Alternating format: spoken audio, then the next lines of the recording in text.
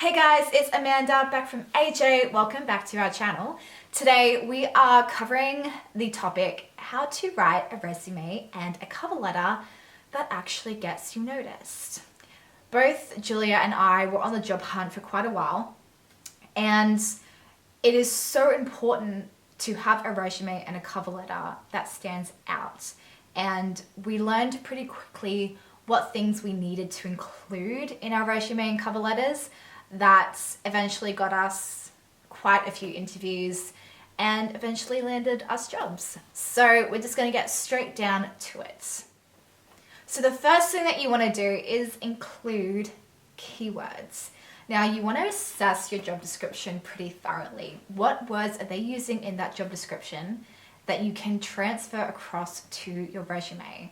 If you feel like you have the experience already to apply for the job, use as many keywords as you possibly can from the job description in your resume and your cover letter. This includes your skills section where you outline obviously what skills you have, and also your professional experience. What day-to-day activities are they advertising in the job description that you are already qualified to do? Add that directly to your resume.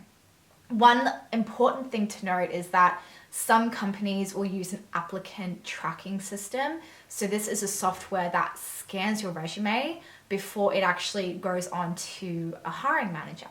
So if you're not including those keywords in your resume and your cover letter, you may not even get your resume and cover letter looked at by an actual human being.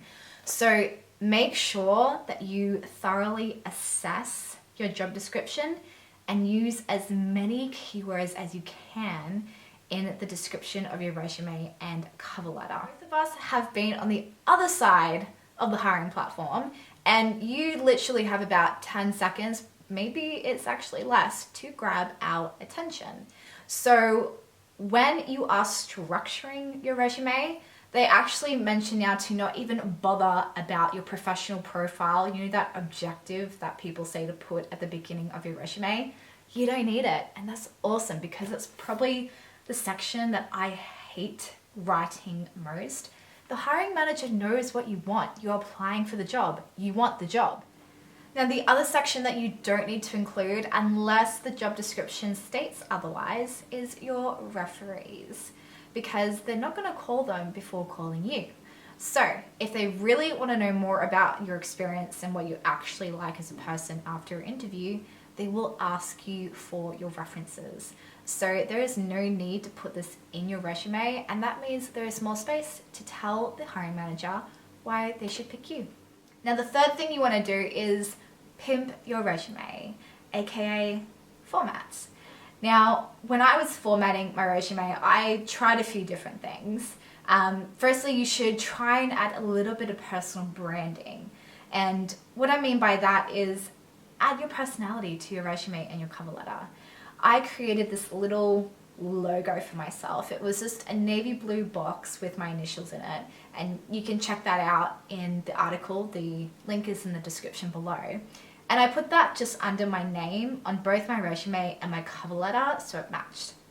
The other thing I did is with my first resume, I put it into 3 columns. So I kind of compacted all the information into nearly 1 page. And I found that after I did it, I actually got more interviews. I'm not even kidding. With putting that little logo on my resume and cover letter and changing up my format, I got more callbacks than I did before I did that. So it really helps to format your resume to a standard that reflects who you are and something that is a little different from the norm. So get creative. And especially if you're applying to an industry that is creative, show it. I have a friend and she applied to a job in SEO, so search engine optimization. And she made her resume as a Google homepage. And it was probably the most amazing resume I've ever seen in my life. It was awesome. So if you are applying for a job, tailor your resume format to the industry that you're going into, and guaranteed you're going to get noticed and get a call back. cover letter. Now, when I was helping out with the hiring process in my previous roles, when I was sifting through hundreds of resumes, I was looking for a cover letter. And if an application didn't have one, I would dismiss it. I want to know why I should hire you. I want you to give me a description of your experience. And it's hard to do that with just your resume. You need a cover letter with your application. And when I first started the job application process, when I was made redundant, it probably took me about 30 to 40 minutes to write up a cover letter, maybe a little bit longer. And eventually I got so good at it, I kind of had this process, and it took me about 5 to 10 minutes to write something. And no, I did not just use a template. You need to tailor each cover letter to your application. And I actually found it easier to write each cover letter completely from scratch because it puts you in that zone for that particular job.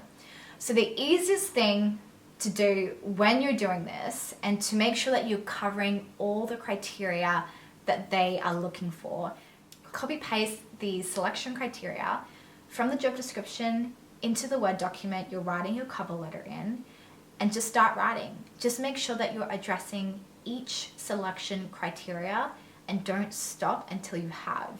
If there's something that you don't have experience in, just leave it out. Just delete it. But you want to make sure that when you're addressing your cover letter to the hiring manager, if there is a name available, put it in. Or you may even want to call the company and find out who is dealing with the application process and make it more personal, because it will show them that you've actually done your homework.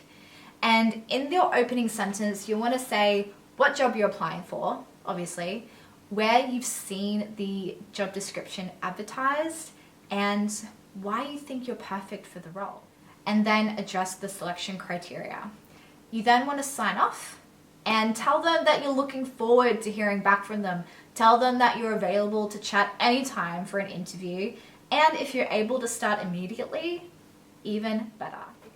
Other than that, guys, that's it. So make sure you check out the article for a little bit more detail on what I've gone through today. Now, we also have a special announcement. If you need help with your resume and your cover letter, we are more than happy to give you that help. So we are actually offering coaching services on how to write a resume and a cover letter. You can check out our packages. There's a link in the description box below, so make sure to follow that link. Check it out. Let us know. We're here to help. Seriously. These things that we've covered in this article have been the difference between us getting callbacks and interviews and landing a job. So this whole application process from the very beginning is so important, and it all starts with your resume and your cover letter. Anyways, that's it from us today. We will see you next week. Bye, guys.